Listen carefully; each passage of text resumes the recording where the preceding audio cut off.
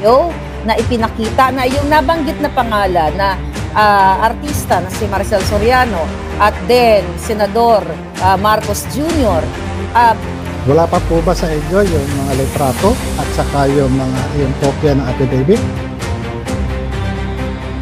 Ito ang wow trending. PIDEA agent nagsalita na at matapang na sinagot lahat ng mga nagsasabi na peke ang pre-operation report na hawak ni Maharlika, lalo na mismong ang tanggapan ng PIDEA pa ay nagsabing fake news at AI generated ang hawak ni Maharlika na kopya. Sa isang interview kay PIDEA agent na si Jonathan Morales, sinabi niya na bago siya gumawa ng report ay kinumpirma muna niya ang kanilang informante kung ito ba ay totoo at hindi gawa-gawa lamang. Dahil dito, ipinakita kay PIDEA agent Jonathan Morales ang mga pictures na hawak ng informante. Dito, kumpirmado na si Presidente Bongbong Marcos at Maricel Soriano di umano ang nakita niyang mga malalaking personalidad na iprinisinta sa kanya ng kanyang informante. Kita daw sa litrato na habang sumisinghot ng puting pulburon ay nag-iinuman pa. Nung tanungin naman ang PIDEA agent na si Jonathan Morales ni Maharlika kung sino ang taong pumigil sa operasyon ng PIDEA para hulihin na sana ang nooy senador pa lang na si Presidente Bongbong Marcos at si Diamond Star Maricel Soriano, sa April 30 na lang daw niya sasabihin sa mismong Senate hearing. Ayon pa nga kay Jonathan Morales na noong napanood daw niya na isiniwalat ni Maharlika ang kopya ng pre-operation report ng PIDEA, sumulat daw siya kaagad sa PIDEA dahil gusto din niyang mapanagot ang tao kung sino ang taong nagpadala ng kopya kay Maharlika. Kanina sa live interview ni Maharlika kay PIDEA agent Jonathan Morales, umabot ng 21,000 viewers. Wow! Sobrang natuwa naman ang mga netizen sa pag-interview ng PIDEA agent na si Jonathan Morales kay Maharlika at sumaludo sa katapangan ng PIDEA agent, at ito ang kanilang komento: sana bigyan ng witness protection si Sir Jonathan Morales. I salute you sir, sana all ganyan katapang.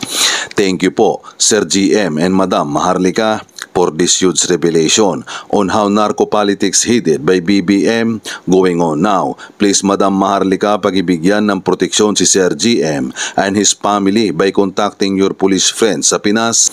Maraming tao ang niloloko na budol ng Pangulo ay ibinuto dahil sa kasamaan ginagawa sa mga tao. Kung maganda lang ang ginawa ng Pangulo, kahit bangag ay ayos lang sa mga tao. Asawa ang nagpapatakbo at mga kasamaan ang ginagawa nito. I can't wait to see Mr. PIDEA agent sa Senate hearing and hoping na hindi magbago ang kanyang paninindigan, pagsisiwalat sa katotohanan. Basta dobling ingat po. I'll pray for your safety. Grabe ang kapal ng pagmumukha ng administrasyon ng BBM na binubuo lamang ng tatlong halimaw na si Martin Romualdez at si Liza Araneta. Darating ang panahon na mananagot kayo sa pinaggagawa nyo at hindi natutulog ang mga taong bayan na siyang huhusga sa inyong pagsasamantala sa mga Pilipino. Hinugot yan ni Lazo at itinago na yung mga pictures na sumisinghot sila ng pulburon. Jonathan Morales. Okay.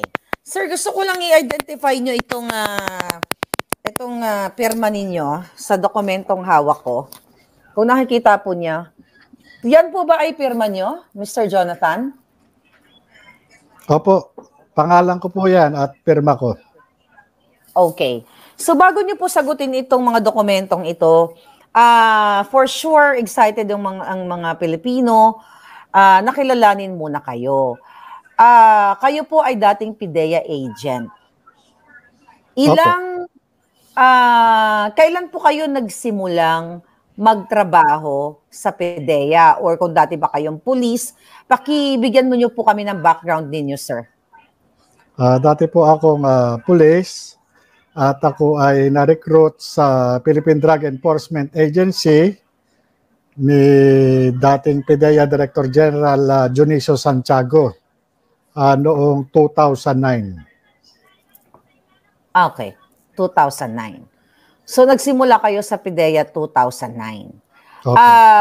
Hanggang kailan po kayo, from 2009 Kasi I believe wala na po kayo sa PIDEA ngayon, di ba? Ilang taon po kayo nagsilbi sa PIDEA? Bali, humigit kumulang sa 5 taon. 5 taon. Anong year? So, 2009, 10, 11? 2013 po ako nawala sa PIDEA. Bali, napag-initan po ako doon. 2013 kayo nawala sa PIDEA. So, 2013 napag-initan kayo. Isulat ko lang po muna, mamaya na natin i-discuss kung bakit kayo napag-initan, ano? Gusto ko po kayo munang kilalanin, okay? So, before po ba kayo sa PIDEA, saan po kayo galing na sektor ng, private practice? Saan po kayo dati galing? Bali, investigador po ako sa PNP nung araw. Nung ma-recruit ako sa PIDEA, gawa ng nagkaroon ng vacuum nung panahon na nire-recall yung mga ibang law enforcement units sa PIDEA noon. Kaya isa ako doon sa na-recruit ni Gerald Santiago para maging ahente doon sa PIDEA nga. So, nung nasa PIDEA po kayo, ano yung pinaka-assignment ninyo? Ano yung pinagkakabala nyo during your 4 years o 5 years? Opo. Bali, naging po ako, no? Naging operatiba, naging team leader, at naging hepe ng investigation ng Intelligence and Investigation Service. Okay. So, kanina po sinabi nyo na pag-initan kayo noong 2013. Paano po yung napag-initan kayo, sir? Ito po yung mga, paumanin po. Kasi kung mamarapatin po ninyo, ay meron po kasing darating na Senate investigation at siguro yung doon ko na lang po sasagutin yon. Ngayon po, doon sa mga iba itatanong nyo po, baka yun pa pwede ko pong sagutin kung mamarapatin po ninyo. Okay, sir. Okay, naintindihan ko po. Sige, didiretso na po ako, sir, sa aking tanong. So, gusto ko lang po i-identify po ninyo yung itong mga dokumentong ipapakita ko sa inyo. Familiar po ba kayo dito sa dokumento na ito? Opo, yan po yung pre-operation report na isa sa mga tawag dito. Alam na nung PIDEA Manual of Operation bago magsagawa ng kahit anong anti-illegal drugs operation. Okay. So ito po ay dated March 10. Alright? Familiar po ba kayo dito sa mga dokumentong ito? Yan po yung yung cover letter doon sa ginawa kong pre-ops at saka yung authority to operate para po doon sa aking boss. Okay. So, ito po, sir. Familiar kayo dito? Kasi may pirma Yan po yung authority to operate. Nakalagay po dyan yung yung mga vehicles na gagamitin para doon sa operation. Okay. At saka yung duration ng operation. So, sir, sa makatuwid, ito pong mga dokumentong itong hawak ko ngayon na ipinakita sa inyo na may pirma nyo, hindi po siya AI. Ano po ang ibig nyo sabihin doon sa AI? Artificial Intelligence. Hindi ho ako familiar doon sa mga ganong okay, sir. So, kasi po, nung inilabas ko po itong mga dokumentong ito sa aking Facebook account, dahil ako po ay nabigyan nito ng mga random, ang tawag ko nga po, puting aso, informante, na sinasabi na si Marcos Jr. ay muntik ng ma-raid noong panahon na ito, noong 2012, noong 2012. Pero nung inilabas ko po ang dokumentong yon, ay sinabi ng PIDEA agent, PIDEA chief, na si Lazo, na ito daw po ay AI generated or fake or gawa-gawa lang using the new technology. Ibig nyo bang sabihin yung AI generated, computer generated? Yes, computer generated, not original, peke, gawa-gawa ni Maharlika. Ito po ba, Hindi ginawa po. ko ba sa tingin niyo? Hindi po. Sa pagkakatanda ko nga po, ako po yan. Kaya lang, meron ho kasi akong meron ho kasi akong dyan sa mga dokumento na nauna nyo nang naipresenta doon sa publiko. Kasi po, meron tayong tinatawag na yung revelation of secret.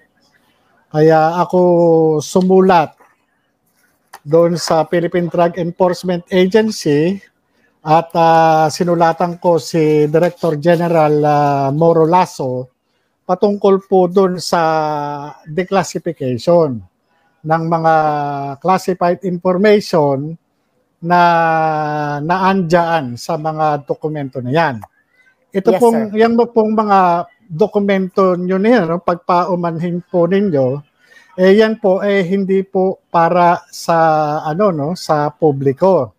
Yan po dapat nasa pag-iingat ng gobyerno, lalo na doon sa intelligence unit kung saan po dapat nandun yan.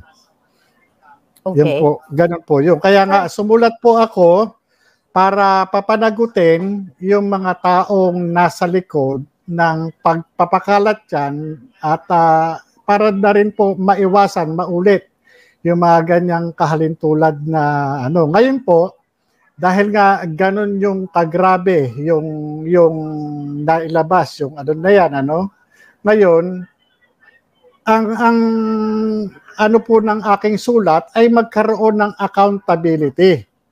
Yung mga taong nagpabaya dyan sa mga dokumentong yan at doon sa mga tao na dapat ay mayroong tungkulin para ipatupad yung batas o mandato na iniatang sa kanila.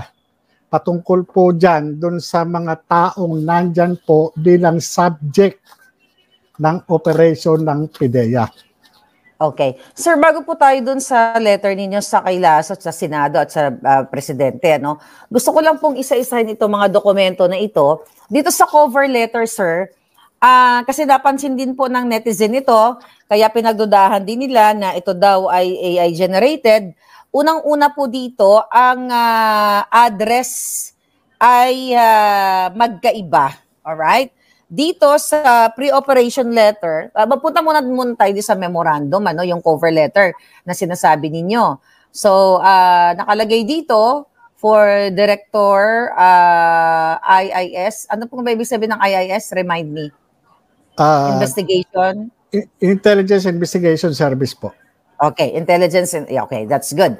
So, subject, reported nefarious activities of Maricel Soriano and Maria and Bongbong Marcos, alias Bonget, March 10, 2012. So, natatandaan niyo po itong memorandum na ito? Opo.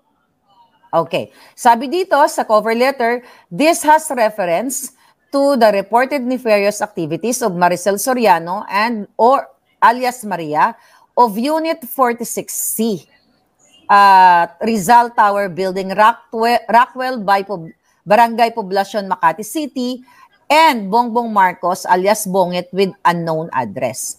Number 2, a confidential informant personally appeared before this office and reported the above-named showbiz and political personalities together with some unidentified male and female companions who were allegedly seen inhaling white powdery substance suspected to be illegal drugs inside the above-cited condominium. Okay? So bago ko tapusin, dito po kasi sa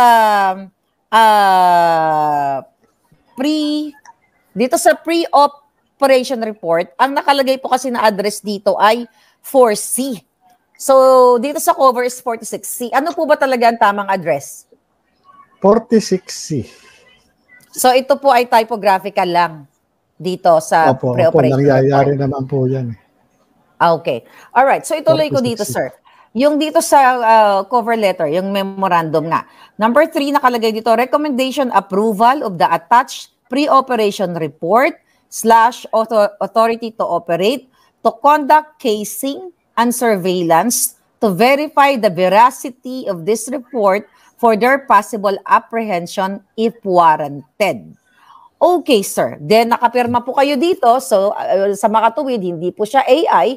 So ang tanong ko, bago po ba isinulat ang memorandum na ito na nakasaad dito, nakasalaysay, base sa mayroong confidential informant na pumunta sa inyo, ano po ba ang dalhin niyo po kami doon sa panahon na yon na bago ito tinipe, itong memorandum na ito.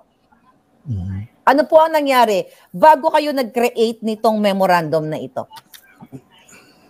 Ganito po yun, ang usual na ginagawa namin dyan, ini-interview namin yung, kung sino yung agent on case, doon sa, sa confidential informant.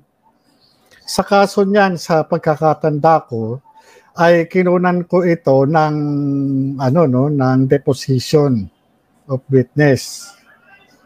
Kaya ko po sa nanigurado din ako nung panahon na yon, gawa ng sa bigat ng mga personalidad na ipinakita sa akin na downloaded computer printout ng mga litrato. Talagang kaya nagpasya ako noon na i-reduce ko siya doon sa sworn statement at kasabay na rin nung paghamon ko doon mismo sa confidential informant na kung handa ba niyang panumpaan at lagdaan itong itong kanyang ibibigay na impormasyon. At yun nga, nangyari, bali, kinunan ko siya ng statement na umabot kami ng gabi nung kinunan ko siya. At yun, matapos doon, ginawa ko yung memo. And kinabukasan nga, nung araw na yon, ginawa naman itong pre-ops at saka yung authority to operate para makapagsagawa sana kami ng casing and surveillance. And pati doon sa aking instruction, doon sa confidential informant, for him na makakuha kahit man lang sample o maliit na kung ano man yung makukuha niya, na sinasabi niyang powdery substance na ayon sa kanya available dun sa lugar o dun sa area. Kaya yun sana yung mangyayari doon. Kaya yun yung purpose niyang authority to operate at ng pre-operation report para at least magkaroon ng masunod namin yung presumption of regularity in the performance of our official duties. Para pagpunta roon, pag-deploy ng tao, nandun sa loob, meron kaming pinanghahawakang dokumento na lehitimo yung aming trabaho. Okay.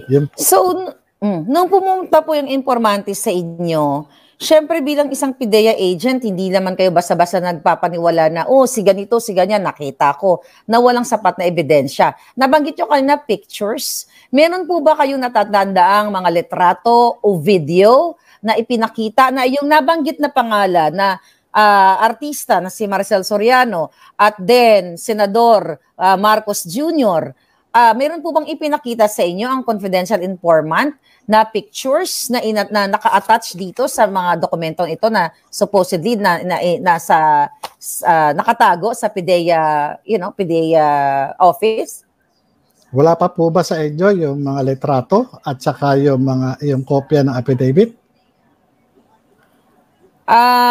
Wala pa po. Baka parating pa lang. So gusto ko po, meron pong litrato. Meron pong litrato, wala pong video. Kasi yung pong litrato na yon nanggaling po doon sa cellphone ng reporte o nung confidential informant.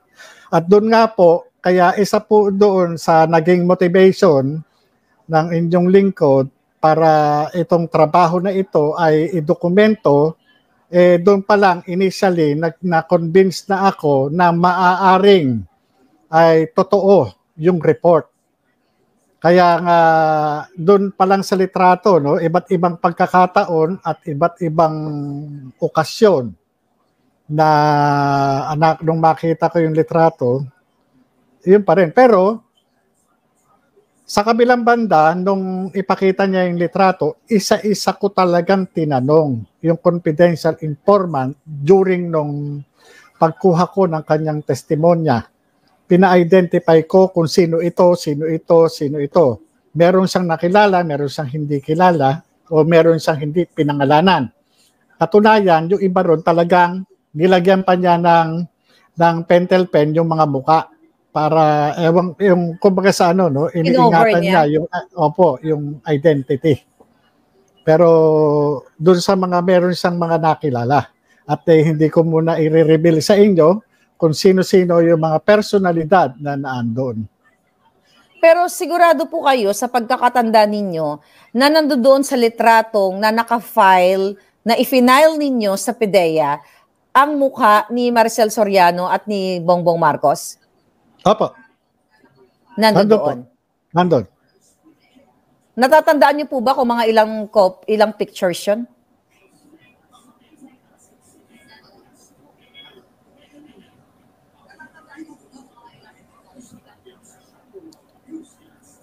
Lima? Mga 5 picture. 5 pictures. So, doon po sa iba't ibang pagkakataon, iba't ibang location. Ayon So, doon sa confidential information. Ayon sa confidential at saka litrato. Doon po ba sa litrato, kung babalikan natin, nakikita na may mga sumisinghot? Mga 5, more or less 5 yun. So doon po sa litrato, kasi dito, based dito sa report nito, allegedly, frequently seen inhaling white powdery substance. So doon po sa picture na yun, meron silang sinisinghot na white powdery substance? Opo. Wow. Wow. So, grabe. So, ang tanong, ang pinakamalaking tanong, nasa PIDEA pa kaya yun?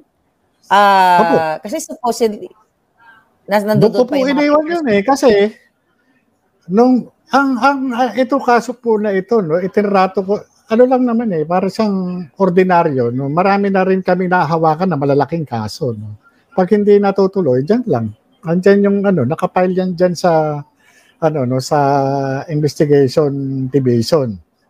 So, ganoon naman po kami. Kahit yung mga case folders na mga ongoing cases at saka yung mga case operational plan na namin tinatrabaho, no. Andun lang siya.